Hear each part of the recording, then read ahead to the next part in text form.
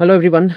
तो आज का जो वीडियो है, पिछले वीडियो में किसी ने कमेंट किया था, कमेंट में क्वेश्चन पूछा था कि किस तरीके से एआई जो है ट्रेडिंग में हेल्प कर सकता है, ट्रेडिंग में असर डाल सकता है, और किस तरीके से होगा अगर दो एआईज आपस में फाइट करने लग जाएं फॉर ट्रेडिंग। तो इस बहुत इंटरेस्टिंग टॉपिक था, तो मैंने सोचा आज का वीडियो इसी पे बनाते हैं। तो अच्छा है अगर आप लोग क्वेश्चन पूछ रहे हैं तो।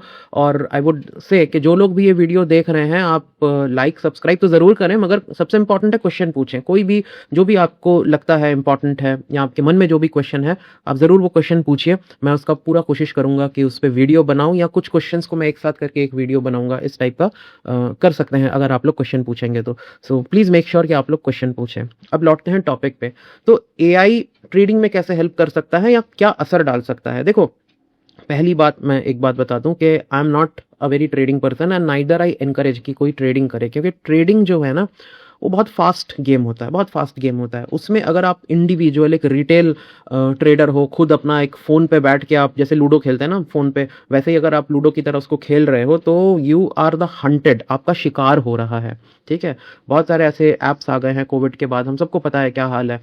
तो ट्रेडिंग में हमेशा ये याद रखना कि you are not playing against the chart. Chart को देख के आप किसी चार्ट के खिलाफ नहीं खेल रहे हो, या फिर कोई रिटेल इन्वेस्टर के खिलाफ, रिटेल ट्रेडर के खिलाफ नहीं खेल रहे हो। आप खेल रहे हो बिग जो इंस्टीट्यूशनल ट्रेडर है उसके खिलाफ, और उसके लिए आप एक खरगोश की तरह हो। इमेजिन करो एक खुला मैदान है, उसमें बहुत सारे खरगोश भाग रहे हैं, और वो जो इंस्टीट्यूशनल ट्रेडर है वो चील की तरह है, वो चूज करता है किसको खाना है।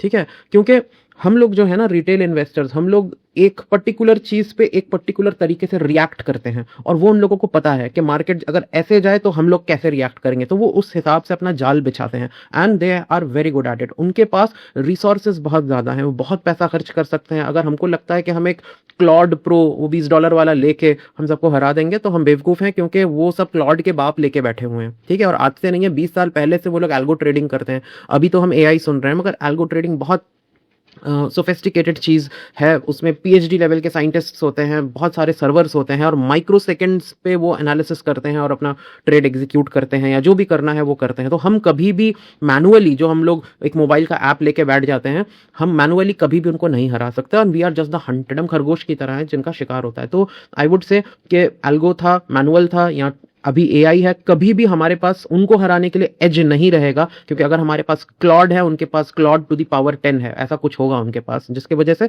हम उनको नहीं हरा सके। तो इसको डिटेल में समझते हैं एग्जैक्टली क्या क्या चीजें हैं। देखो, सेबी का ना अपना डेटा है कि 91% जो ट्रेडर्स हैं, जो हम इंडिया के जो रिटेल ट्रेडर्स हैं, वो मनी लूज करते हैं। मतलब हर 10 में से 9 व्यक्ति पैसा लूज करता है। पिछले साल की अगर आप बात करें तो 1 लाख करोड़ रुपया ये जो इंस्टीट्यूशनल ट्रेडर्स हैं, फॉरेन के एफआईआईज हैं, वो हम लोगों को बेवकूफ बना बना के 1 लाख करोड़ रुपया लेके भाग गए हैं अपने देशों में। तो एक ड्रेन ऑफ वेल्थ, जैसे east India company drain of wealth करता था, वैसे ड्रेन ऑफ वेल्थ चल रहा है कि हम लोग बेवकूफ बन जाते हैं। वो ट्रेडिंग ऐप का हमको वो दिखाया जाता है इंस्टाग्राम में और फेसबुक में आता है कि हम मर्सिडीज चला रहे हैं, बीएमडब्ल्यू चला रहे हैं, घंटे का 50,000 रुपया कमा रहे हैं। उसको देख देख के जो 22 साल, 28 साल, 26 साल, इनफैक्ट 30-35 साल के भी जो लोग हैं, वो देख के इसको बेवकूफ़ बन जाते हैं, और वो सोचते हैं कि यार पूरे महीने हम काम करते हैं, 40-50 हज़ार रुपया कमाता है, यहाँ पे ये बंदा हर घंटे 50 हज़ार कमाता है। तो वो जो अट्रैक्शन है वो उनको मजबूर करता है कि महीने के पहले तारीख जैसे ही सैलरी मिलता है, वैसे ही वो लग जाते हैं इस जुए पे, ये जुआ खेले। और उनको पता है ठीक किस तरीके से हमारे जेब से पैसे निकालने हैं, और वो ले लेके, इसीलिए तो वो लोग एफआईआई इतना इंटरेस्टेड है इंडिया में, क्योंकि हम लोग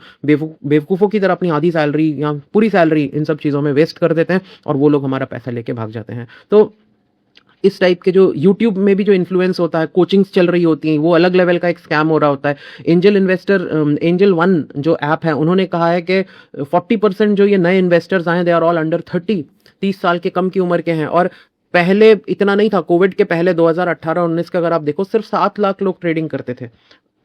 कोविड के बाद वो नंबर जो है बढ़ के 50 लाख हो गया है 2 साल में। अभी तो और ज्यादा हो गया होगा। और ये सारे सेबी ने जो डिक्लेयर किया, ये सारे जो हैं, इनकी इनकम 5 लाख रुपया से कम है पर एनम की। मतलब 40,000 से कम की सैलरी वाले हैं ज्यादातर लोग, 30 के कम, 40,000 की सैलरी के नीचे वाले लोग हैं। तो बेसिकली ये बस सपना देख रहे हैं कि किसी तरीके से मेरे दिन बदल जाए, क्योंकि वो स्ट्रगल कर रहे हैं 40,000 कमाने में। यहाँ सोचना का दिन के 40,000 मिल जाए तो कैसा हो, कुछ नहीं होगा, घर बार बिक जाएगा, उसके अलावा कुछ नहीं होगा। तो इमोशनल ट्रैप बहुत ज्यादा है इन लोगों में, ग्रीड है पैसा कमाने का, रिवेंज है कि एक बार लॉस हो गया तो मेरे को रिकवर करना है, उस रिकवरी के चक्कर में और पैसा निकल जाता है।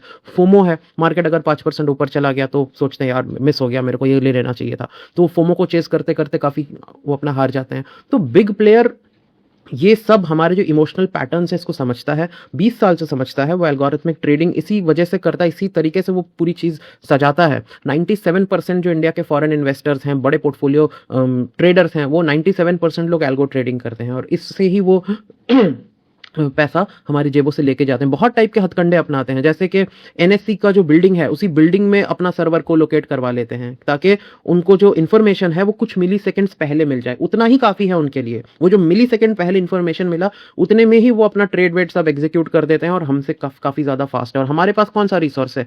एक एंड्रॉयड का फ़ोन होगा जिसमें जीरोधा या एंजल वन का ऐप होगा, 50,000 रुपया कैश होगा या टेलीग्राम में कोई फालतू सा टिप होगा। यही है हमारे पास रिसोर्स। और उनके पास सोचो क्या क्या रिसोर्सेस हैं कि वो एनएससी के बिल्डिंग के अंदर अपना सर्वर रख सकते हैं। इतना रिसोर्स है, तुम कैसे compete करोगे उनके साथ? इंडिया में एक कंपनी को ब्लैकलिस्ट किया गया था पिछले साल, जेन स्ट्रीट, अगर आप लोगों ने सुना हो। जेन स्ट्रीट 2 साल से ट्रेडिंग कर रहा था इंडिया में, अमेरिका की ट्रेडिंग फर्म है। वो लोग क्या करते थे, जिस दिन वो बैंक निफ्टी में काम करते थे, वो लोग जैसे ही बैंक निफ्टी का एक्सपायरी का दिन आता था उस दिन सुबह सुबह ये लोग क्या करते थे, उस बैंक्स के जिसका बैंक निफ्टी में वेटेज ज़्यादा है, जैसे कोटक है, एसबीआई है, एक्सिस है, इनके शेयर भर भर के खरीद लेते थे। बाइंग जो डील्स है वो डाल देते थे, जिससे कि है शेयर के प्राइस ऊपर जाते थे और बैंक निफ्टी ऊपर भागता था। लोग क्या करते थे, लोग सोचते थे अच्छा ऊपर भाग रहा है, वो कॉल ऑप्शंस खरीद लेते थे और सेकंड हाफ में वो सारा कुछ डंप कर देते थे और लोगों का पैसा फंस जाता था, लोगों का पूरा लॉस हो जाता था। ये करके जेन स्ट्रीट ने 2 साल में $5 बिलियन इंडिया से वो निकाल के लेके गए। आज की तारीख में 50,000 करोड़ रुपया वो इंडिया से उठा के लेके गए हैं जेन स्ट्रीट। ठीक है, जब तक सेबी को पता चला तब तक बहुत लेट हो गया था। सेबी ने उनके जो कुछ पैसे थे वो फ्रीज कर लिए, कुछ 5,000 करोड़ की तरफ फ्रीज कर लिया। जेन स्ट्रीट ने बोला कोई बात नहीं, कीप द चेंज, बोल के वो चला गया, क्योंकि उसने $5 बिलियन ऑलरेडी कमा लिए थे। तो 5,000 crore is like spare change for them, वो देके वो चले गए। तो ये हुआ। और ये सारा पैसा, ये जो अपने 20-30 साल 35 साल 22 से 40 के बीच का जो ये ग्रुप है ना इंडिया का, जिसके एम्बिशन बहुत बड़े हैं पर सैलरी ज़्यादा नहीं है, लोभ ज़्यादा है, ग्रीड ज़्यादा है, वो इन सब में फंसा के अपने हर महीने का सैलरी जो इतना मुश्किल से वो कमाते थे, वो जेन स्ट्रीट जैसी कंपनीज के जेब वो तिजोरियाँ भर दी उन्होंने और वो लेके भाग गया। तो एक टाइप का ड्रेन ऑफ वेल्थ ही हुआ। तो एआई अगर आएगा तो एआई, तुम सोच रहे हो कि तुम रिटेल ट्रेडर हो, तुम्हारा बड़ा हेल्प करेगा, नहीं, वो तुम्हारा और बड़ा दुश्मन बन के आ रहा है। जैसे एल्गो तुम्हारा दुश्मन था वैसे ही ये भी तुम्हारा दुश्मन बन के आ रहा है। तो बेटर है कि आप ये सब मत करो, आप अपने ऑपरेशनल जो इनकम है उस पर ध्यान दो, जो आप कमाई करते हो रेगुलर उस पर ध्यान दो, अपस्किल करो अपने आप को, अपनी कमाई बढ़ाओ, बिजनेस करते हो तो अपने आप को एक्सपैंड करो और एग्रेसिवली काम करो रादर देन इन सब चीज़ों के पीछे भागना। आपको इन्वेस्टमेंट करता है तो लॉन्ग टर्म करो। अगर आपको फंडामेंटल समझ में आते हैं, अगर आपको पेस्टल एनालिसिस करना आता है, पेस्टल जैसे कंपनी के बाहर की चीज़ है, जैसे अभी टाइटन का स्टॉक, उसका भाव गिरा क्योंकि हमारे पीएम मोदी ने बोल दिया गोल्ड मत खरीदो, तो ये एक ऐसी चीज़ थी जिसमें टाइटन का कोई हाथ नहीं था।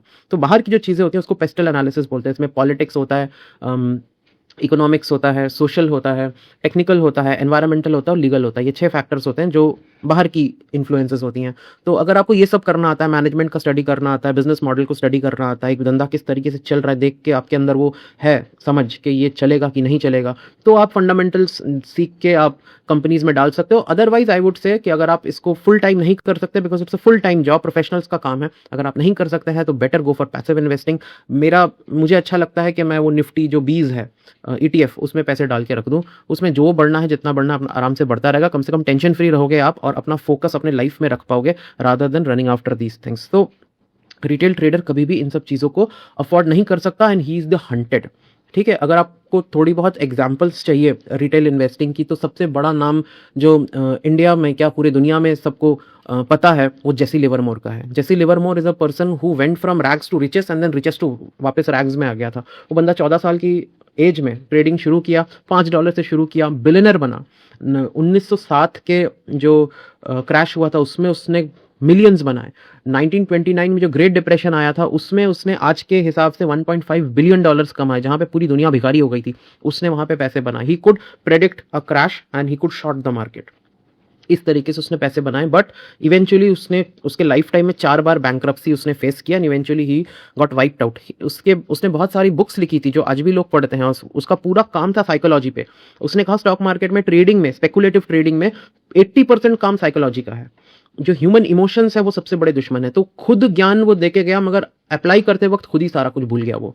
तो he is one of the biggest example of trading, how things can go wrong. उसके बाद निक लेसन का एग्जाम्पल आता है, जिसने बैरिंग्स बैंक ऑफ इंग्लैंड का बिल्कुल वाइप आउट कर दिया। ठीक है, वो 200-250 साल पुराना बैंक था और he was a star there. वो इतना अच्छा ट्रेडिंग करता था, कोई क्वेश्चन नहीं पूछता था उससे।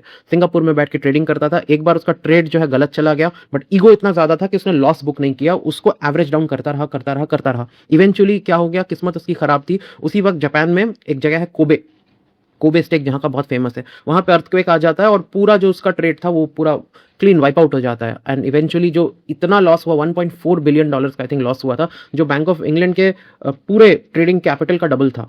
तो इवेंचुअली वो बैंक भी वाइप आउट हो जाता है, और उसके ईगो वाले प्रॉब्लम्स थे। तो सोचो इमोशंस किस तरीके से बड़े बड़े लोगों को ले डूबती है। तो इन चीज़ों को एआई कुछ हद तक हैंडल कर सकता है, बट हम लोगों के लिए नहीं है। आपको एआई का बहुत अच्छा एग्जाम्पल चाहिए तो आपको जिम साइमंस का एग्जाम्पल पता होना चाहिए। जिम साइमंस कोई बैंकिंग या फाइनेंस का बंदा नहीं था, वो मैथमेटिशियन था। वो यूएस का जब कोल्ड वॉर चल रहा था तो ही वॉज अ कोड ब्रेकर। बाद में वो वॉल स्ट्रीट ज्वाइन करता है। उसने एक फंड बनाया, मेडालियन फंड। 2018 तक, 1988 में शुरू हुआ था, 2018 तक उसने हर साल 66% का एनुअल रिटर्न दिया। यहां तक कि 2008 में जब क्राइसिस हुआ था, उस वक्त भी उसने 89 या 82% का उसने रिटर्न दिया था। तो वो किस तरीके से ट्रेडिंग करता था, उसने एल्गोरिथम्स बनाए थे। वो मैथमेटिशियन था और उसने लोगों को ऐसे एमआईटी से हायर भी किए थे, ऐसे लोग जो मैथमेटिशियंस थे, फिजिसिस्ट थे।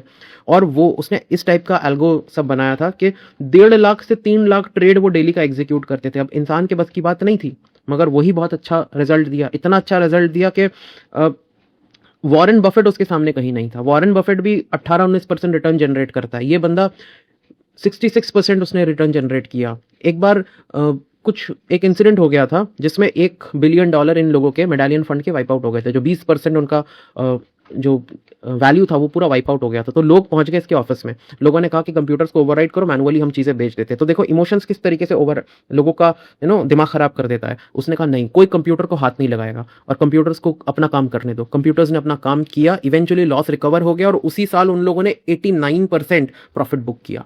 अगर ये मैनुअल होता और लोगों के इमोशंस आगे आ गए होते तो सब बेच बाच के लॉस बुक करके भिखारी बन के बैठे रहते, पर उसने होने नहीं दिया। तो यहां पे दिखाता है कि मशीन अगर आ जाए तो कितना हेल्पफुल हो सकता है। 34 ईयर्स में मेडालियन फंड ने कभी भी एक भी लूजिंग ईयर उन्होंने नहीं देखा। They were always winning. In fact Jim Simons 2024 में उनकी मौत हो गई थी, बट जब वो मरे $30 बिलियन वो कमा के लेके गए। एक सोचो, एक मैथमेटिशियन, प्रोफेसर कितना पैसा कमाएगा, but because he was into this thing और उन्होंने अपना टेक्निक बनाया and he himself had accumulated $30 billion of personal wealth.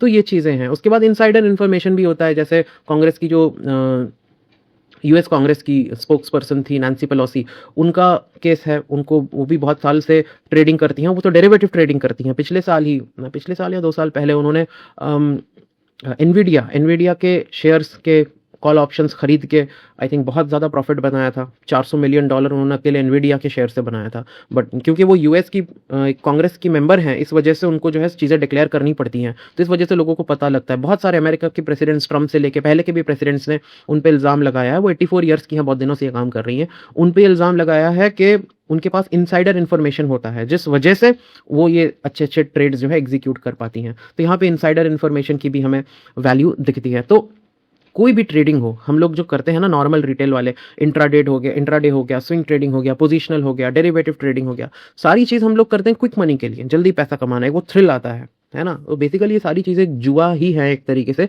जिसमें सिर्फ और सिर्फ आपका घर डूबता है, आप लुटते हो और कुछ नहीं होता। तो एआई अगर है भी, एआई 24 घंटे काम करता है, 7 दिन काम करता है, मिलियंस ऑफ डेटा पॉइंट्स को साइमल्टेनियसली स्टडी करता है, पर वो हमारे लिए नहीं है, क्योंकि हम उस लेवल का एआई एम्प्लॉय कर ही नहीं सकते हैं जितना ये लोग करते हैं।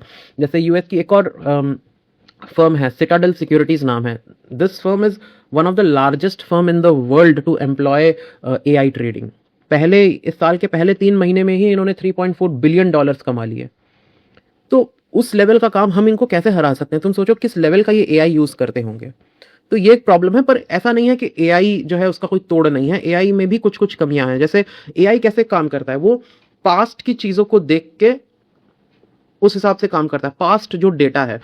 तो इसका डिसएडवांटेज क्या है कि जो आने वाले ब्लैक स्वॉन इवेंट्स हैं उसमें एआई कभी भी अच्छा काम नहीं करेगा। जैसे कोविड था, कोविड जैसा पहले दुनिया में कुछ भी नहीं था, पैंडेमिक बोल के कुछ भी नहीं था, तो इसको बोलते हैं ब्लैक स्वॉन इवेंट। एक ऐसा चीज जो पहले ना देखा गया ना सुना गया, उस चीज में उस दौरान एआई बहुत ही बुरी तरीके से परफॉर्म करेगा। ठीक है, ये हम लोगों ने 2025 में जब क्रिप्टो करेंसी क्रैश हुआ तब हमको ये देखने को मिला कि एल्गोरिथम जो थे वो बिल्कुल पैरालाइज हो गए, एआई जो भी काम कर रहे थे बिल्कुल पैरालाइज हो गए थे, क्योंकि इस टाइप की चीजें उन्होंने कभी नहीं देखी थी और कुछ मिनट में बिलियंस ऑफ डॉलर्स जो है वो वाइप आउट हो गए थे।